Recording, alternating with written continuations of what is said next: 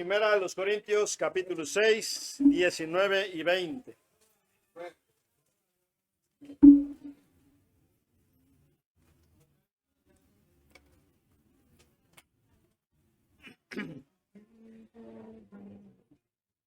Hermanos, es una realidad que estamos viviendo una cuenta regresiva.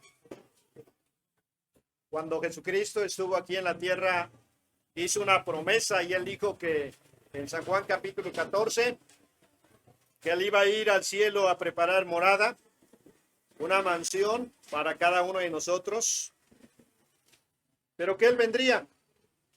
Él volvería en algún momento por su pueblo, por aquellos que iban a ser sus discípulos, los que ya eran en ese tiempo y los que íbamos a creer después. Sin embargo, como leímos en la escuela dominical, en la carta del apóstol Pedro, dice que Dios no retarda su promesa, sino que es paciente para con nosotros, no queriendo que ninguno perezca, sino que todos procedan al arrepentimiento. Entonces, Dios tiene esa paciencia de esperar. Para algunos de nosotros, a lo mejor, hermanos, el tiempo pasa y pasa, ¿verdad? Y no vemos que esa promesa se cumpla. Y quisiéramos, para algunos digo, porque algunos probablemente no, sobre todo los jóvenes, ¿verdad? Quisieran que Cristo se tardara un poquito más hasta que pudieran encontrar ya su ayuda idónea y después de eso tener un pequeño retoño, ¿verdad? Y después un segundo y así. Pero para algunos hermanos, para mí especialmente, yo sí deseo que Cristo venga ya. Porque en realidad, hermanos, estamos viviendo tiempos muy difíciles, más complicados cada día y sin duda que cada día van a ir empeorando porque así lo muestra y lo enseña la palabra de Dios. Muchos, he estado escuchando a algunos sociólogos, expertos que dicen que cada vez más nuestra sociedad se va insensibilizando y esto es en todos los aspectos, en todas las áreas de la vida y en todos los estratos sociales, quizá en algunos más, en algunos menos, pero al fin, hermanos, eso es que está pasando en la gente de nuestros tiempos. Así que no esperamos que las cosas mejoren, que en el mundo, ¿verdad? Haya paz, haya armonía, haya prosperidad, nada de eso, hermanos, todo lo contrario. Lo que vamos viendo es la degradación del ser humano. Cada vez más se hunde más en el pecado. No somos ajenos a esto, todos nosotros lo sabemos. Por ejemplo, en años anteriores, pocos años atrás, oíamos de la violencia, ¿verdad? Muy lejana. Allá, lo oíamos en Tamaulipas, a lo mejor, ¿verdad? Lo oíamos allá en la frontera norte. Pero de repente, hermanos, ya lo escuchamos en la esquina de nuestra cuadra, ¿verdad?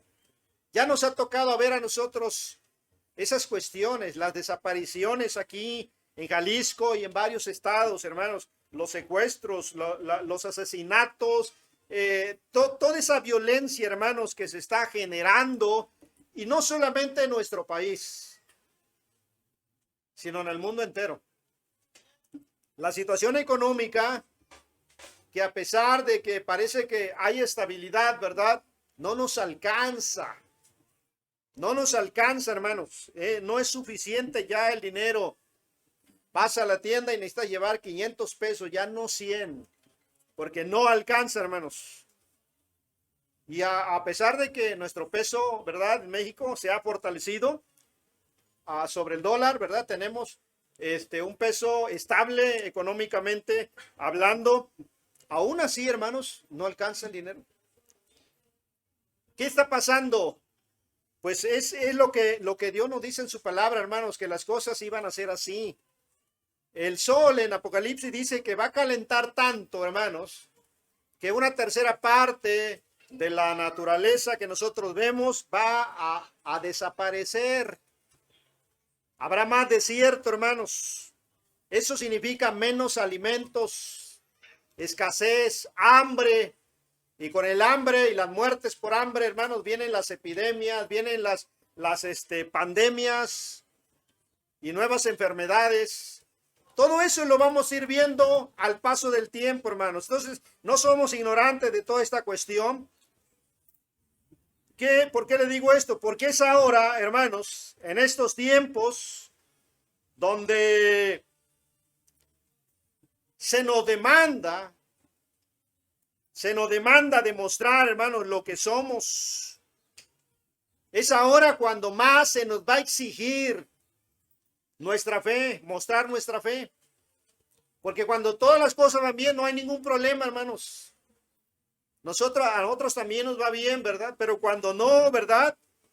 Entonces, hermanos, a nosotros, los creyentes, se nos exige más, porque tenemos que ser más pacientes.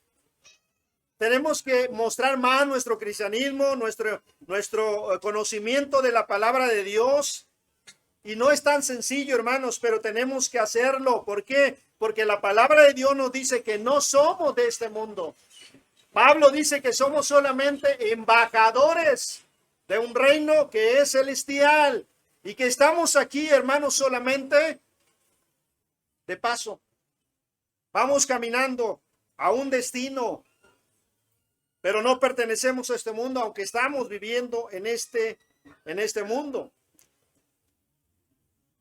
Nuestro Señor Jesucristo, en su oración, Él oraba y decía, hermanos, precisamente esto, que nosotros no somos de este mundo. ¿Qué somos entonces? Hijos de Dios, creyentes, personas que hemos creído en Jesucristo como nuestro Salvador y que ahora somos, hermanos, Dios nos ha dado ese derecho de llamarnos hijos de Dios, creyentes en Jesucristo. Y eso es lo que necesitamos primero comprender, hermanos, asimilar en nuestra mente, de que ya al ser creyentes, hijos de Dios, no podemos vivir, no podemos pensar y hacer lo que todo mundo hace, o vivir como todo mundo vive. Tiene que haber, por fuerza, hermanos, una diferencia en nuestras vidas. Una diferencia entre el creyente y el que no es creyente. Porque ahora pertenecemos a un pueblo distinto. Hoy pertenecemos a un pueblo diferente. En todos los sentidos pertenecemos al pueblo de Dios. Y las enseñanzas tienen como propósito, hermanos, despertar nuestra conciencia de lo que somos. Hijos de Dios, que debemos dar testimonio de lo que somos. Venir a la iglesia, hermanos, es venir para prepararnos, capacitarnos para enfrentar el mundo en todas sus adversidades, en todas sus tentaciones. Y por eso hoy, hermanos, quiero compartir esta enseñanza con ustedes. ¿Por qué debemos cuidar nuestro cuerpo? ¿Por qué debemos cuidar nuestro cuerpo? Dice 1 Corintios, capítulo 6, versículo 19 y 20. Si me ayudan, hermanos, por favor, a darle lectura. Dice, ¿o ignoráis que vuestro cuerpo es templo del Espíritu, el cual está en vosotros, el cual tenéis de Dios, y que no sois vuestros? Porque habéis sido comprados por precio. Glorificad pues a Dios en vuestro cuerpo y en vuestro espíritu, los cuales son de Dios. Vamos a orar. Señor y Padre nuestro que moras en los cielos y en todo lugar, Padre bendito, en este momento nos acercamos delante de tu presencia en el nombre de nuestro Señor Jesucristo, para darte las gracias por la oportunidad que nos da de poder reunirnos con toda libertad, Señor, y abrir tu palabra para ser edificados en el conocimiento de tu Hijo Jesucristo, ser fortalecidos en nuestra fe, Señor. Y en este momento rogamos que tomes control, Señor, de la enseñanza de tu palabra, que hables a nuestros corazones, que despierte nuestra conciencia de lo que somos, Señor, y que así, Padre bendito, vayamos viviendo nuestra vida, Señor, como hijos dignos representantes, Señor, del reino celestial. Ayúdanos, Señor. Quita las distracciones que puedan desviar nuestra atención. Manifiesta tu presencia en este lugar, Señor. En el nombre de Jesús te lo pedimos. Amén. ¿Por qué debemos cuidar nuestro cuerpo?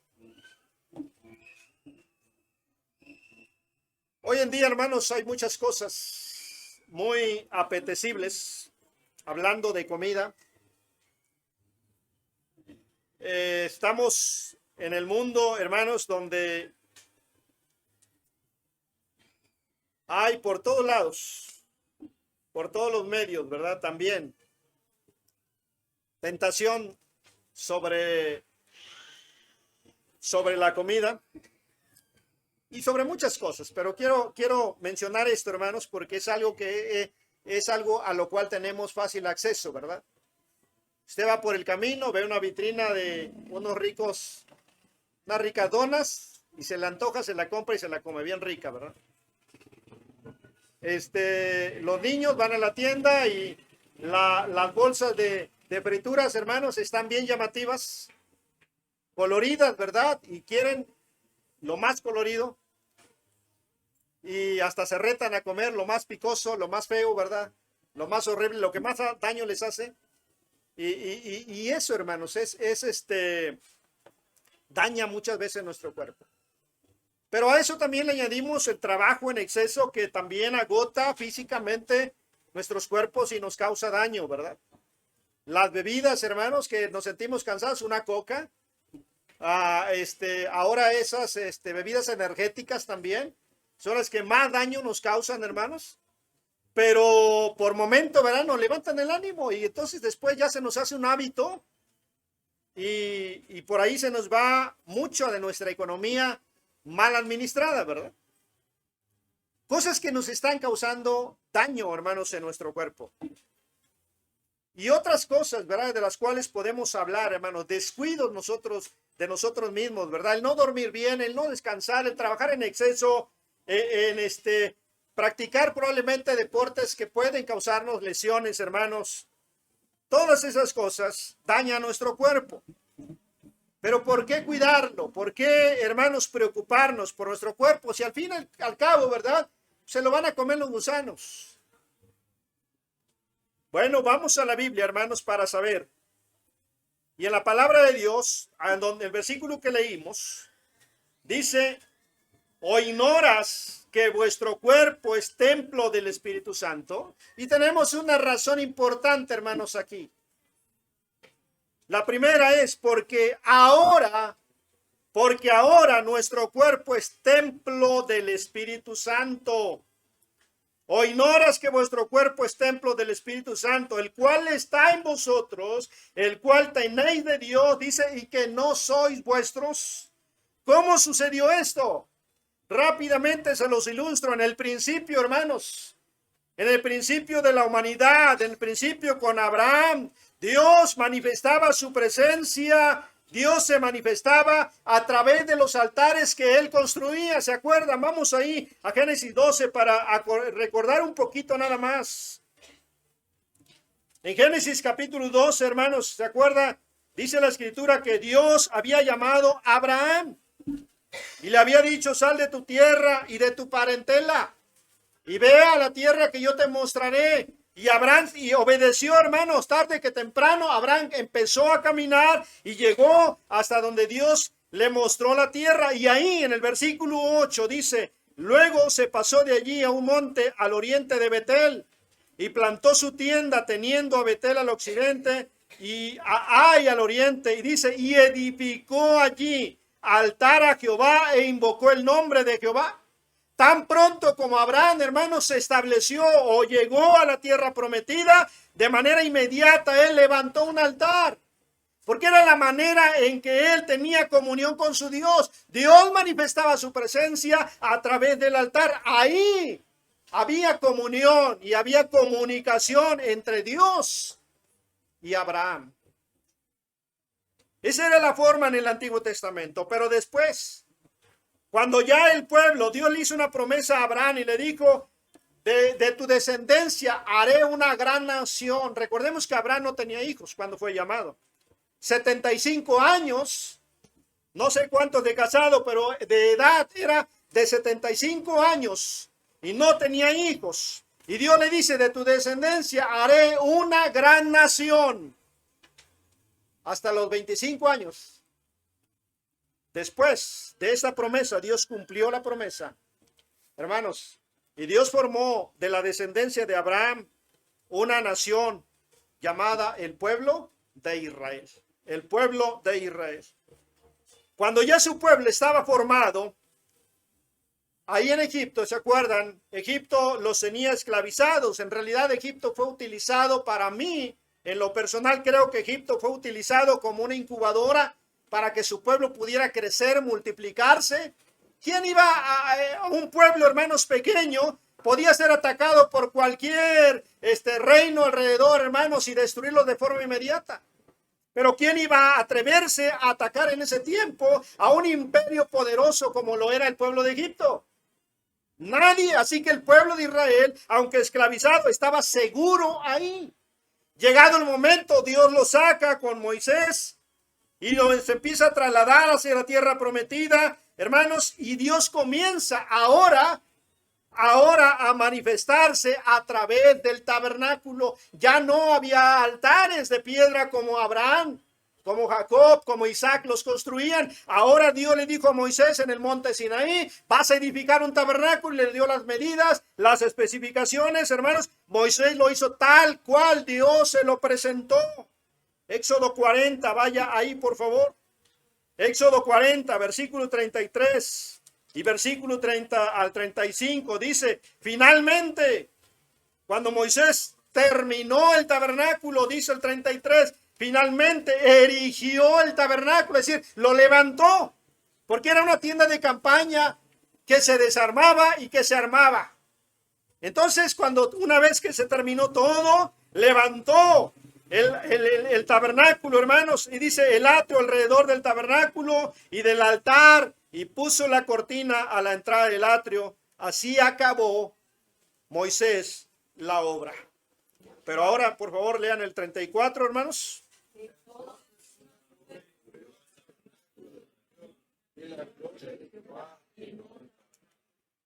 Una vez terminada la obra, es decir, el tabernáculo ya armado, hermanos, y listo para comenzar a ser usado, dice el versículo, una nube cubrió el tabernáculo de reunión. En ese momento, hermano, mire, el pueblo de Israel estaba en el desierto, estaba acampado enfrente del monte Sinaí, en el valle. Ellos estaban acampando, hermanos, por supuesto, en tiendas, en carpas, con lonas. No sé qué más traían ahí. Ellos así de esa manera estaban acampando, estaban en el desierto. Cuando la nube se levantaba, todo el pueblo comenzaba a hacer maletas, desarmaba todo, empacaban, cargaban y la nube se empezaba a mover y ellos tenían que seguir la nube. En la noche era la columna de fuego. Entonces, cuando Moisés, levanta el tabernáculo, hermanos, el tabernáculo es como la tienda de campaña de cualquier israelita. Pero inmediatamente, fíjese en el versículo 34, una nube lo cubre. Dice, y la gloria de Jehová llenó. En ese momento, hermanos, cuando la nube se posiciona por encima del tabernáculo, la gloria de Dios llena ese tabernáculo, una especie de nube o de humo que penetró, hermanos, en el lugar santo y en el lugar santísimo, donde nadie más podía entrar más que el gran sumo sacerdote, una sola vez al año y con la sangre de un cordero en las manos. En ese momento, ese tabernáculo dejó de ser cualquier tienda de campaña. Ahora se convirtió en la casa de Dios. Ahora se convirtió en el lugar donde Dios moraba y manifestaba su presencia. Dice el 35, hermanos, y no podía Moisés entrar en el tabernáculo de reunión porque la nube estaba sobre él y la gloria de Jehová. No se podía entrar. Y cuando la nube se alzaba, del tabernáculo, los hijos de Israel se movían en todas sus jornadas. Pero si la nube no se alzaba, no se movían hasta el día en que ella se alzaba. Y entonces ahora, En vez de altares, Dios se manifestaba a través del tabernáculo. Ahí, ¿se acuerdan? Después de que el pueblo de Israel hizo el becerro, Moisés quiebra las tablas de la ley que Dios le había entregado. Después de eso, Moisés labró otras tablas, Dios escribió los mandamientos, y a partir de ahí, hermanos, esas tablas estaban en el arca del testimonio, en el arca del pacto, ahí dentro del lugar santísimo, junto con la vara de Aarón, junto con una porción del maná. Y Moisés ahora, para hablar con Dios, entraba al tabernáculo. Josué se quedaba a la entrada, nadie podía entrar más que Moisés. Y Dios se manifestaba y Dios se comunicaba con Moisés a través del tabernáculo. Ahí estaba Dios. Sin embargo, hermanos, cuando el pueblo de Israel avanza, 40 años después, logran llegar a la frontera, al río Jordán, atraviesan el río, se posicionan en la tierra, conquistan la tierra. Años después, hermanos, años más tarde, el pueblo tiene paz. Cuando Salomón, el tercer rey de Israel, comienza a reinar, él edifica una casa. Él levanta un templo que su padre David, el segundo rey de Israel, había tenido en su corazón edificar, pero Dios le dijo, no, tú no la vas a construir porque tus manos están manchadas de sangre. David había sido un guerrero, un soldado, hermanos, que comenzó su batalla allá en los campos, pastando a sus ovejas, cuando se enfrentaba a los leones, a los osos. Y luego tenemos aquella gran victoria derrotando a aquel gigante Goliat. Y un sinfín de filisteos que fueron muertos por la mano de David. Dios le dijo, no vas a edificarme casa, pero tu hijo lo va a hacer. Así que Salomón levanta esa casa. Vaya a Segundo de Crónicas, por favor. Segundo de Crónicas. Dice la palabra de Dios, hermanos, ahí en Segundo de Crónicas, capítulo 7.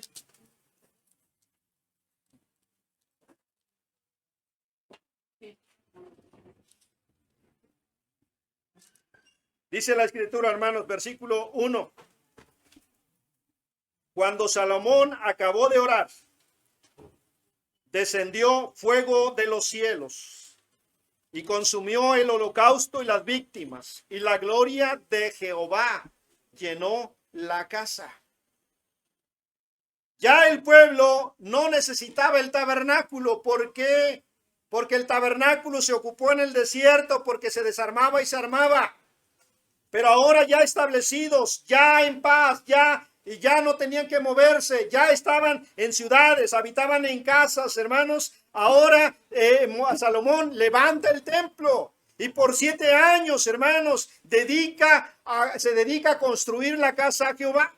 Cuando finalmente la termina, hace una dedicación, sacrifica, hermanos, víctimas y holocaustos, y en ese momento dice, la gloria de Jehová llenó la casa. Versículo 2, léanlo por favor. Y no podían entrar los sacerdotes en la casa de Jehová, porque la gloria de Jehová había llenado la casa de Jehová. Ahora miren, Dios abandonó el tabernáculo.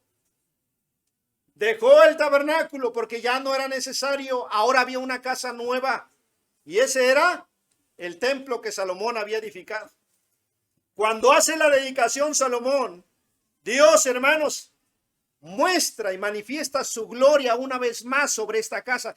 Esto indicaba que Dios estaba aceptando esa nueva casa, como lo hizo con el tabernáculo. De tal manera que nadie podía entrar, dice la escritura, hermanos, en esa casa, porque la gloria de Jehová había llenado la casa. Entonces, cuando el pueblo, hermanos, se ha establecido, Dios va y entra en esa nueva casa que el pueblo le ofrece. Ahora en nuestro tiempo, ahora en nuestra era, hermanos, cuando Jesús murió, cuando nuestro Señor Jesucristo fue a la cruz, murió y ascendió a los cielos, habiendo establecido su iglesia en esta tierra, hermanos, en algún momento, durante su ministerio, Cristo estableció su iglesia. No fue después, fue durante su ministerio. Él dijo allá en Mateo 16, sobre esta roca, hablando de su persona misma, edificaré mi iglesia. Para Mateo 18, Cristo ya habla de la iglesia como algo que ya existe. Así que Cristo establece su iglesia durante su ministerio. Y Dios, hermanos, vaya ahí por favor a Hechos capítulo 2. Hechos capítulo 2.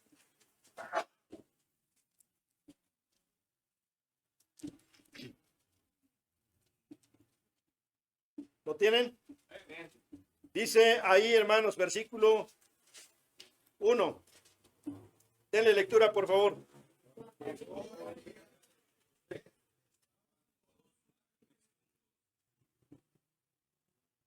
$50 días después de que Cristo había muerto y resucitado, 50 días después de ese evento de su muerte y resurrección, llega el día de Pentecostés, que significa eso precisamente, 50. Estaban todos los discípulos, todos los apóstoles, todos los 120 probablemente que se mencionan en el capítulo 1, reunidos en ese lugar llamado el aposento alto, donde acostumbraban reunirse para orar. Ahí estaban unánimes, es decir, juntos en el mismo lugar. Y de repente vino del cielo un estruendo como de un viento recio que soplaba. Hermanos, cuando Cristo estuvo en la tierra, establece su iglesia. Cuando Él está en la cruz, vamos, no pierda aquí por favor Hechos capítulo 1, vamos a regresar. Pero vaya a Mateo capítulo 27. Mateo capítulo 27, por favor. Cuando nuestro Señor Jesucristo estuvo aquí en la tierra, estableció su iglesia. Y en el capítulo 27 tenemos su muerte, la muerte de nuestro Señor Jesucristo. Y estando ahí colgado en esa cruz, versículo 46, dice, cerca de la hora novena, Jesús clamó a gran voz diciendo, Elí, Elí, lama sabactani. Esto es, Dios mío, ¿por qué me has desamparado? Algunos de ellos que estaban allí, decían al oírlo, a Elías llama a este. Y al instante, corriendo uno de ellos, tomó una esponja, la empapó de vinagre, poniéndole en una caña, le dio a beber. Pero los otros decían, deja, veamos si viene Elías a librarle. Mas Jesús, habiendo otra vez clamado a gran voz, ¿qué dice ahí? Entregó el Espíritu. En ese momento, hermanos, Jesucristo entregó el Espíritu, es decir, dejó de existir, murió en ese momento. Y vea lo que dice el 51. Y he aquí, el velo del templo se rasgó en dos de arriba abajo. Y la tierra tembló y las rocas se partieron. ¿A qué velo se refiere? El velo del templo, hermanos, era aquella cortina que separaba el lugar santo del lugar santísimo. En el lugar santísimo solamente podía entrar el gran sumo sacerdote una vez al año con la sangre de un cordero de un año, sin defecto, sin mancha alguna, hermanos, para rociarla sobre la cubierta del arca, sobre el propiciatorio. Y esto era la ofrenda anual que se ofrecía por el pecado de todo el pueblo, que cada año se tenía que repetir. Nadie podía entrar a ese lugar más que el gran sumo sacerdote. Tenía que prepararse 3 días antes, tenía que colocarse sus vestiduras especiales, hermanos, para hacerlo. Se le ataba en el tobillo una cuerda, porque si él no entraba dignamente, por alguna razón no hacía bien las cosas, allá adentro él iba a morir, iba a entrar a la presencia de Dios. Dios se manifestaba en el templo, ese no era el original que Salomón había construido, pero era el que Zorobabel había reconstruido sobre el original. Así que por eso se le ataba una cuerda en el tobillo, porque si moría, como no podían entrar, entonces lo iban a jalar con la cuerda. Llevaba cascabeles en el borde de su manto, de su vestidura, porque en el momento en que ya no sonaban los cascabeles, quería decir que había muerto. Y había que sacarlo. Ese velo que cubría desde el techo, hermanos, hasta el piso, que tenía un grosor aproximadamente de 1 pulgada, que parecía irrompible, hermanos. vea lo que sucedió en el versículo 51. Se rasgó, se rompió y de arriba hacia abajo. Esto nos indicaba que Dios, hermanos, abría el camino nuevo hasta su misma presencia sin la necesidad de un sacerdote. Por eso en Hebreos Pablo explica y nos enseña correctamente que usted y yo tenemos acceso con confianza hasta la misma presencia de Dios, hermanos, por ese camino nuevo y vivo que nos abrió a través de su muerte, nuestro Señor Jesucristo. Pero también nos indicaba que Dios estaba abandonando ese templo, hermanos, el templo de Israel, el templo de Jerusalén, para venir precisamente, ahora regresa a Hechos capítulo 2, para venir a morar, hermanos, ahora en la iglesia, para venir a morar en el creyente. Por eso cuando llegó el día de Pentecostés, estaban todos unánimes juntos. Y de repente, versículo 2, vino del cielo un estruendo como de un viento recio que soplaba, el cual llenó toda la casa donde estaban sentados, y se les aparecían lenguas repartidas como de fuego, asentándose sobre cada uno de ellos. Versículo 4, y fueron todos llenos del Espíritu Santo. ¿Y sabe qué? Así como Dios dejó los altares para venir al tabernáculo y morar en él, y después dejar el tabernáculo para venir al templo y morar en él, así Dios abandonó el templo de Jerusalén para venir sobre una nueva morada que es la iglesia. Entonces ahora, hermanos, nuestro texto nos dice, 1 Corintios capítulo 6, versículo 19 y 20, ¿o ignoráis que vuestro cuerpo es templo del Espíritu Santo, el cual, dice, está en vosotros, el cual tenéis de Dios, y que no sois vuestros? El Espíritu Santo habita en ti, habita en mí, habita en nosotros. En Efesios capítulo 1, Efesios capítulo 1, dice el versículo 13, en él también vosotros, usted y yo, habiendo oído la palabra de verdad, cuando usted escuchó el evangelio, cuando se le testificó, y habiendo creído en él, fuisteis sellados con el Espíritu Santo de la promesa. Eso se llevó a cabo en el momento en que tú y yo recibimos a Cristo. Ahí fuimos sellados, ahí el Espíritu Santo entró en nosotros a morar para siempre. Por eso, hermanos, debemos cuidar nuestro cuerpo. Por eso no podemos tatuarlo. Por eso no podemos maltratarlo. Por eso no debemos descuidarlo. Por eso no debemos, hermanos, atentar contra nuestro propio cuerpo, porque es el templo del Espíritu Santo. En 1 Corintios, capítulo 3, versículo 16. 1 Corintios 3, 16. Pablo una vez más pregunta y dice, ¿no sabéis que sois templo de Dios y que el Espíritu de Dios mora en vosotros? Y en 2 Corintios 1, 22. Segunda a los Corintios, capítulo 1, versículo 22. Lo leen, por favor, hermanos.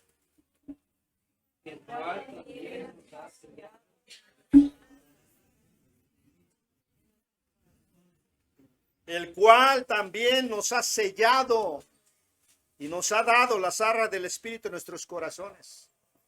Pablo escribe y repite esta enseñanza en la carta a los Corintios, y en la primera, en la segunda, porque la iglesia de Corinto, hermanos, era una iglesia que estaba completamente contaminada por pecado.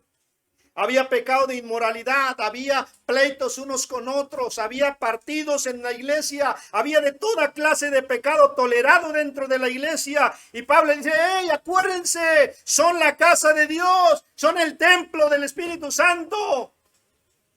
Por eso, hermanos, debemos cuidar nuestro cuerpo, pero también debemos cuidar nuestras relaciones. Debemos cuidar nuestro corazón, hermanos, nuestros sentimientos y nuestros pensamientos, porque somos templo del Espíritu Santo. Y lo recibimos cuando recibimos a Cristo en nuestro corazón. En 1 Corintios capítulo 12. 1 Corintios capítulo 12. Dice el versículo 13. Y ahora, perdón, 2 Corintios.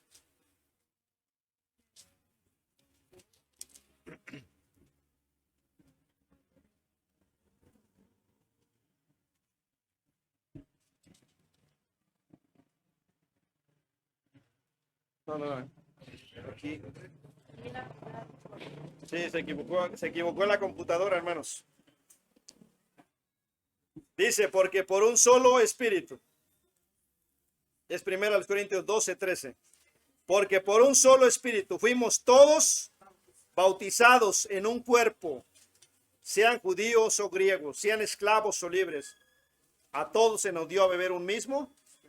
Por eso, aunque pertenecemos a familias distintas, con pensamientos diferentes, con educación distinta, con problemas psicológicos diferentes, estamos unidos por el mismo espíritu.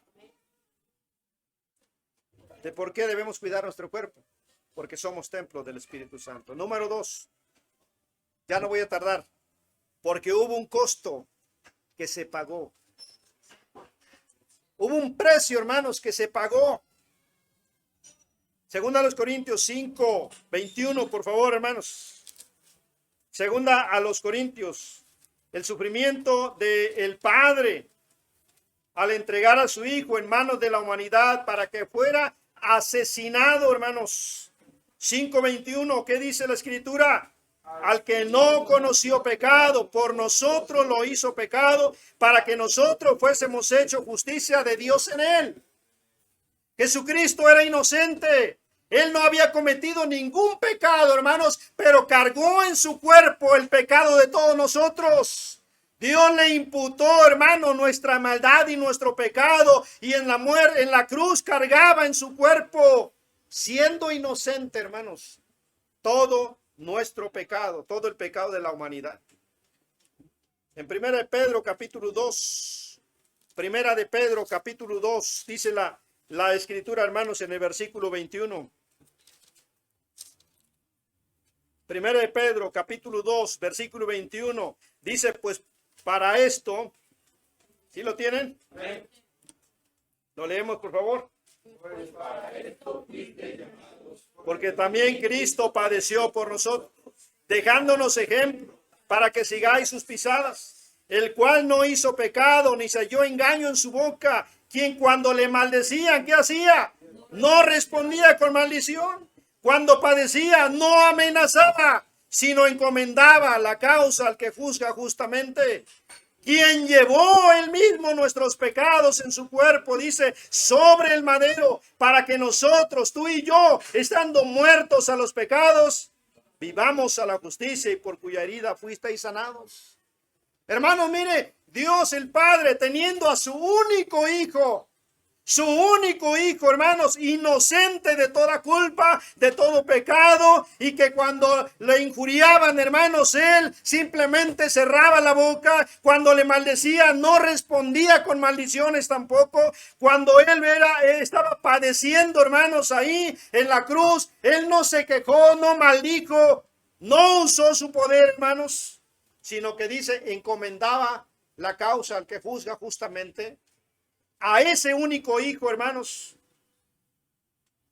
Dios vio todo esto. Dios era testigo de todo el sufrimiento de su hijo. ¿Y sabe qué? Lo permitió. 26:30. Dice la Escritura, hermanos. Y cuando hubieron cantado el himno, después de haber tomado la cena pascual y de haber instituido la cena del Señor, cantaron el himno, salieron al monte de los olivos. Entonces Jesús le dijo, todos vosotros, hablando a sus discípulos personales que estaban ahí, los 12, los 11, porque Judas ya se había ido, todos vosotros os escandalizaréis de mí esta noche, porque escrito está, heriré al pastor y las ovejas del rebaño serán dispersadas. pero después que haya resucitado iré delante de vosotros. Lo que quiero decir aquí, hermanos, es que Cristo tenía conocimiento, sabía lo que le esperaba. Él ya sabía que en unas horas más Judas iba a venir y le iba a dar un beso, iba a ser apresado, hermanos, y después todo el sufrimiento físico que iba a recibir. Es decir, él estaba sufriendo ya en este momento. En el versículo siguiente le advierte a Pedro lo que puede pasar. Pero dice en el versículo 37, 36 y 37, entonces llegó Jesús con ellos a un lugar que se llama Getsemaní y dijo a sus discípulos, sentaos aquí entre tanto que voy allí y oro. Y tomando a Pedro y a los dos hijos de Zebedeo, es decir, a Juan y a Santiago, comenzó, vea aquí, hermanos, comenzó a entristecerse y a angustiarse en gran manera. Esa emoción, hermanos, que ya estaba experimentando Jesucristo, que ya estaba sufriendo desde días atrás, horas antes, hermanos, sin recibir todavía ningún latigazo, ningún puñetazo, hermanos, todavía él ya estaba sufriendo. Una emoción contenida comienza a brotar de su corazón y dice en el versículo 38, mi alma está muy triste hasta la muerte, quedaos aquí y velad conmigo. Empezó a abrir su corazón, hermanos, y a sacar ese dolor que ya estaba experimentando en ese momento. Y le dijo, oren conmigo, oren por mí. Llevaba una carga tremenda sobre él. Se fue un poco más adelante, versículo 39, se postró sobre su rostro y orando dijo, Padre mío, si es posible, pase de mí esta copa. Ni siquiera podemos imaginar lo que Jesús estaba experimentando en este momento, cuando postrado, hermano, le rogaba a su Padre librar ese momento. Pero ¿sabe qué hizo Jesucristo? Le dijo, no sea como yo quiero, porque yo quisiera librar esto, sino como tú. ¿Por qué debemos cuidar, hermanos, nuestro cuerpo? Porque hubo un precio que se pagó y no fue un costo, hermanos, pequeño. Todo lo que Jesús sufrió, lo que el Padre sufrió. Dice, podemos seguir leyendo, pero en el versículo 46 dijo finalmente, levantaos, vamos, ved, se acerca el que me entrega. Finalmente Jesucristo, hermanos, fue fortalecido. Podríamos hablar mucho más aquí, por ejemplo, los apóstoles.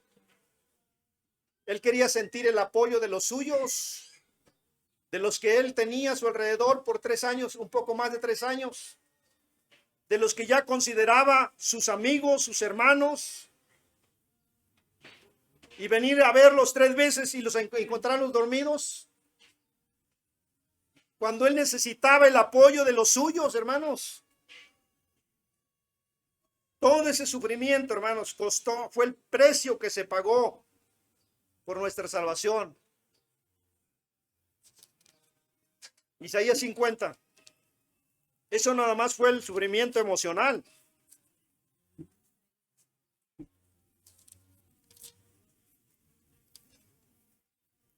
Lo tienen, hermanos, Isaías 50, por favor. Dice versículo 6.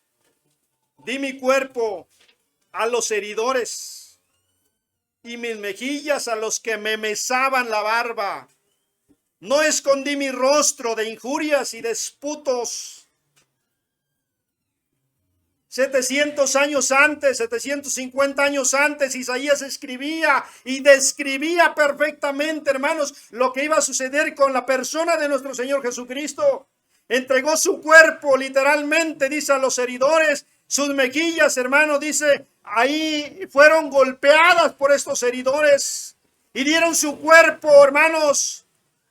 Mesar la barba significa que agarraban con sus manos, con sus dedos, hermanos, las barbas de Cristo y se las arrancaban literalmente. ¿Usted se ha arrancado una barba, hermanos? Solamente un pelo. Imagínense agarrarle un mechón y arrancárselo de un solo tirón. Este es el sufrimiento físico de Jesús. No escondí mi rostro, dice, de injurias y disputos. Las maldiciones que le propinaban, hermanos, verbalmente, pero también habla del sufrimiento físico. Esputo significa escupitajos, hermanos, en el rostro de nuestro Señor Jesucristo.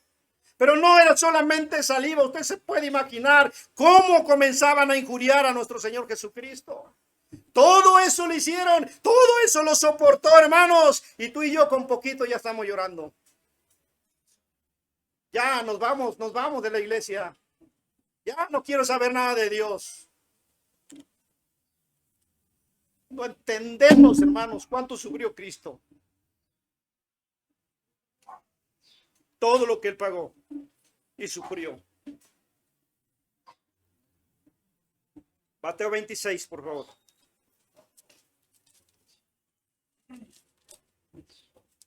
Dice el versículo 67. Mateo 26. 67.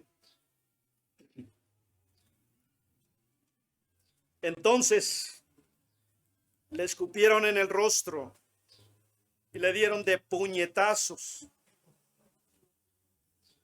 Y otro le abofeteaba.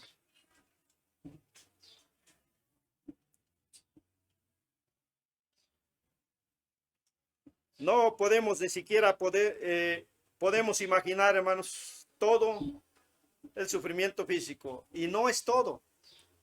Estamos viendo solamente paisajes aislados. Hay mucho más, hermanos, que ver en la palabra de Dios. En Juan 19, mire, San Juan capítulo 19, por favor. Dice la Escritura, versículos 1 al 3. Juan 19, 1 al 3. Así que entonces tomó Pilato a Jesús y le azotó. Le azotó. Para esto tenían que desnudarle, hermanos. Y con el látigo, hermanos, que en la punta tenía incrustaciones, hermanos, de hueso y de hierro, podían arrancar su piel en cada latigazo, hermanos, de su espalda. Versículo 2, los soldados entretejieron una corona de espinas, la pusieron sobre su cabeza y le vistieron con un manto de púrpura y le decían, salve, rey de los judíos, y le daban de bofetadas.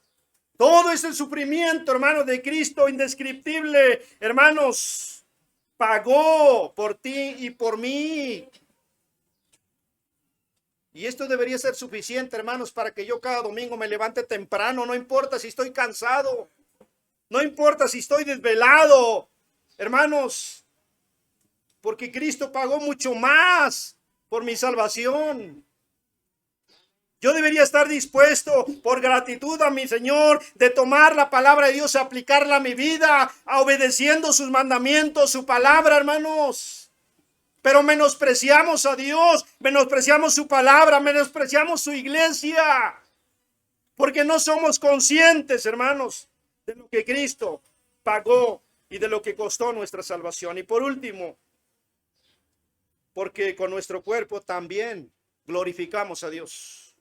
Debemos cuidarlo, hermanos, porque con nuestro cuerpo también glorificamos a Dios. Primera de Pedro, capítulo 1, versículo 15. Primera de Pedro, capítulo 1, versículo 15 y 16. Dice, sino como aquel que os llamó es santo, sed también vosotros santos en toda. Hermanos, no nada más en la faceta de cristiano el domingo, ¿verdad?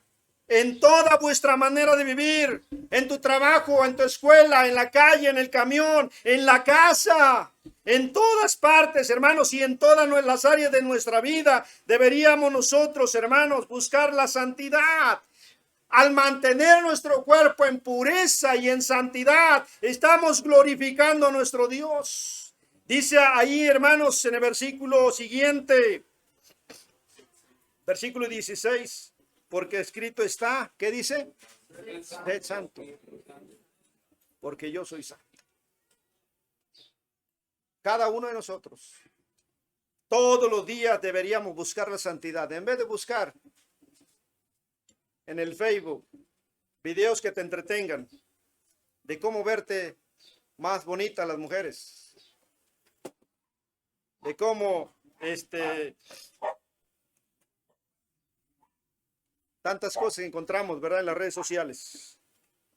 Deberíamos buscar, hermanos, la santidad y la pureza en nuestras vidas.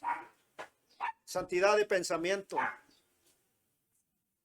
Porque dice Pablo en su carta a los Romanos capítulo 12 que debemos renovarnos, debemos ser transformados por medio de la renovación de nuestro entendimiento. Si renovamos nuestra forma de pensar, hermanos, vamos a cambiar. Vas a cambiar. Pero hay un precio que pagar, como lo pagó Cristo.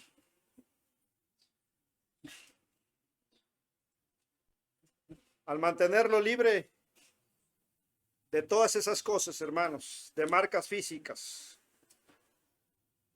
al practicar una buena higiene personal, al cuidar nuestro cuerpo, glorificamos también a Dios. Amén. Regrese y terminamos ahí en 1 Corintios, capítulo 6.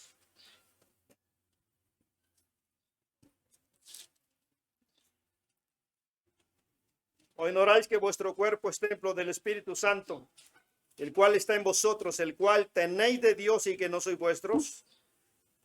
Porque habéis sido comprados por precio.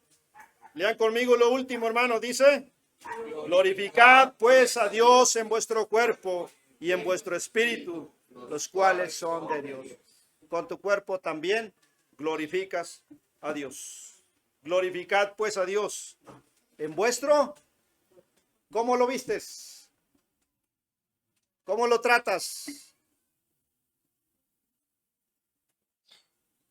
Cuida tu cuerpo, porque es templo del Espíritu Santo. Vamos a ver.